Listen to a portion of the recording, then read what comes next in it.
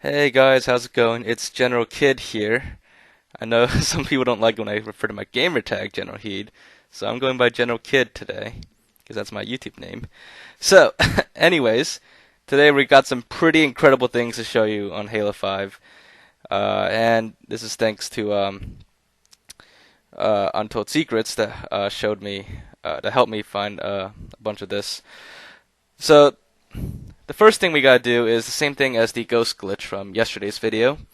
You just want to spawn an invisible kill ball and duplicate them until you hit about 375 to 377-ish. And you could do this with like regular kill balls too if you wanted, but like in our original overload video.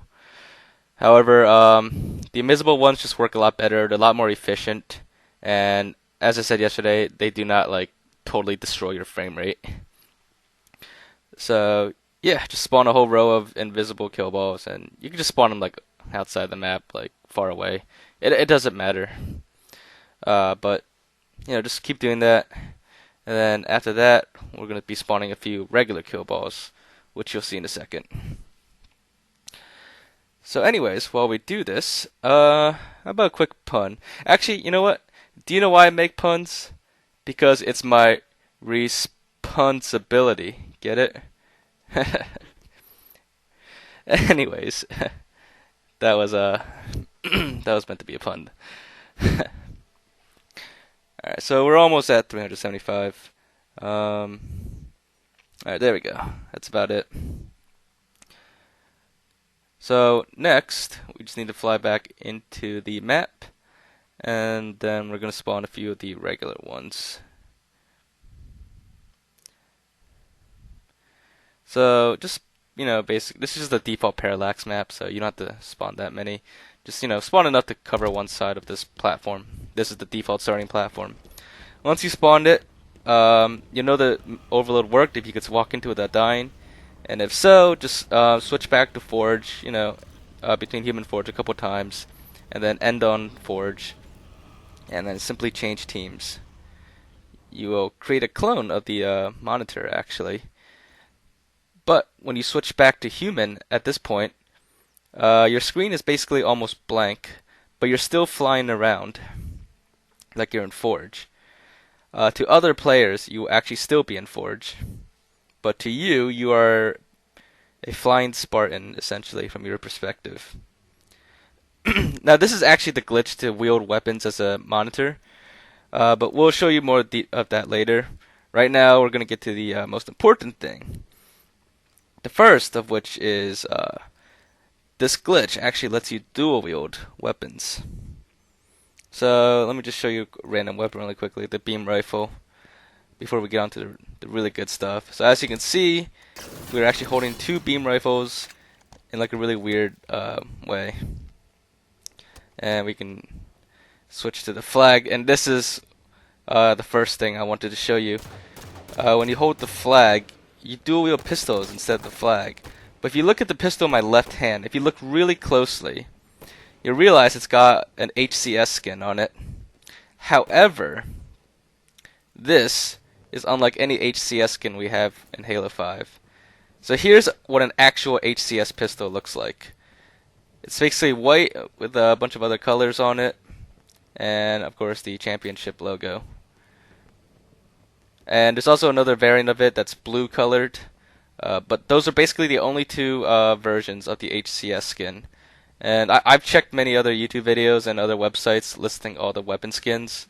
As of like a couple months ago, there's only two. So here's like a closer up look of it. This one is like black with the championship logo and other colors on it. So it's a really weird skin. You can't find it anywhere else in the game. So it might be like an upcoming one or like a hidden weapon skin. But yeah, it's pretty cool. Now the energy sword. If you pick that up while doing this glitch, you will actually dual wield it. But what's really interesting about the energy sword, unlike any other weapon aside from the flag, is that when you pick up the energy sword in your left hand instead of the same energy sword, it's actually a Prophet's Bane that you hold. And I honestly have like no idea where the Prophet's Bane comes from. It's there. it doesn't have the same effects as the Prophet's Bane, like you don't become invisible. And since we're kind of in like a forge mode right now, I can't sprint to see if it actually makes you faster. But what's really cool is that, for some reason, that Prophet's Bane comes out of nowhere. And to be honest, I actually have no idea like where all these second weapons are coming from. But it doesn't matter what energy sword you hold either. Like the Ravening Silver, it's still the Prophet's Bane on the other hand. And also in this mode, you can actually melee a lot faster than you can with a normal sword. And also if you pick up the Prophet's Bane, it's still the Prophet's Bane on the other hand as well. Only this time you actually do gain the effects of the Prophet's Bane. So yeah, that's basically dual-wielding energy swords. Another thing is, while in this mode, like I said, this is to other players you're still the monitor, so you're basically doing the hold weapons as a monitor glitch here. While you can shoot most weapons, melee weapons actually don't do anything. In fact, I'll show you in a second, but right now I'm just gonna set up a few things for the to show you the hold weapons as a monitor glitch. Actually, I think that's a good time for another quick pun. I think I told this one in a live stream earlier, but for those of you who didn't see the live stream, I guess I'll tell you now. Did you hear about the Italian chef with a terminal illness? He passed away. Get it? Get it? Alright. Now, back to the energy swords. One cool thing with the Ravening Silver especially is that if you get a few speed boosts, if you stack them up, and then you pick all of them up, power-ups actually still work on your monitor in this case. But with all 3 speed boosts and a Ravening Silver, not only do you like switch weapons a lot faster, but you can actually swing the Ravening Silver like a lot faster. So let me just pick it up right now. And as you can see, it's like super rapid meleeing. Now, unfortunately, this actually won't work on anybody. Like I said, melee weapons don't hurt other players. But it's actually really cool, and it looks almost like the Halo 2 sword canceling glitch. Now, as I promised you, I would show you the holding weapons as a monitor glitch, which is what's going on right now. And basically, it just looks like your weapon shots are coming out the monitor. And it really, if you use like the Sentinel beam or any other beam weapon, it looks like Guilty Spark from Halo 3 when it shoots his beam. And in fact, I've always wanted to make a game type in Forge where we use this glitch to recreate the boss fight against Guilty Spark. So maybe me and my friends will work on that, and in one of our future live streams, you guys can play with us.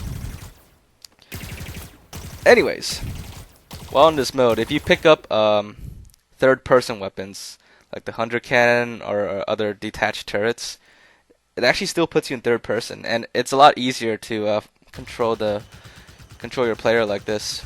It's almost like you're piloting a vehicle, and you can basically shoot in third person this way. And this works with any third person weapon. Let me try the George's chain gun, classic weapon. Really cool and really powerful too.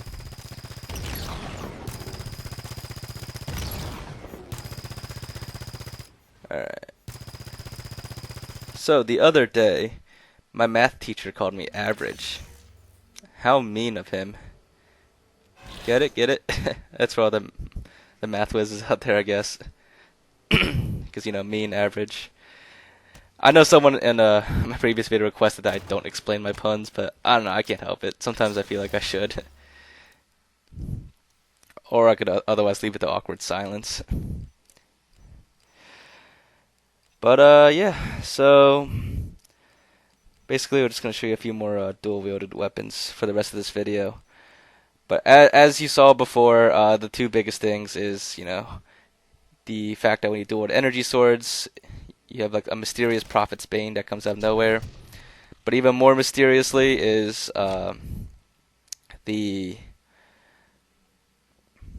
dual-wield the flag, or actually when you pick up the flag and you dual-wield the flag pistol, The right pistol is still normal, but the left pistol is some mysterious pistol with a HCS skin that we've never seen before, which is what really fascinates me. And you know, I've like I said, I've checked around and nobody else has ever seen it before either. I guess the last thing we're gonna dual wield is the bomb.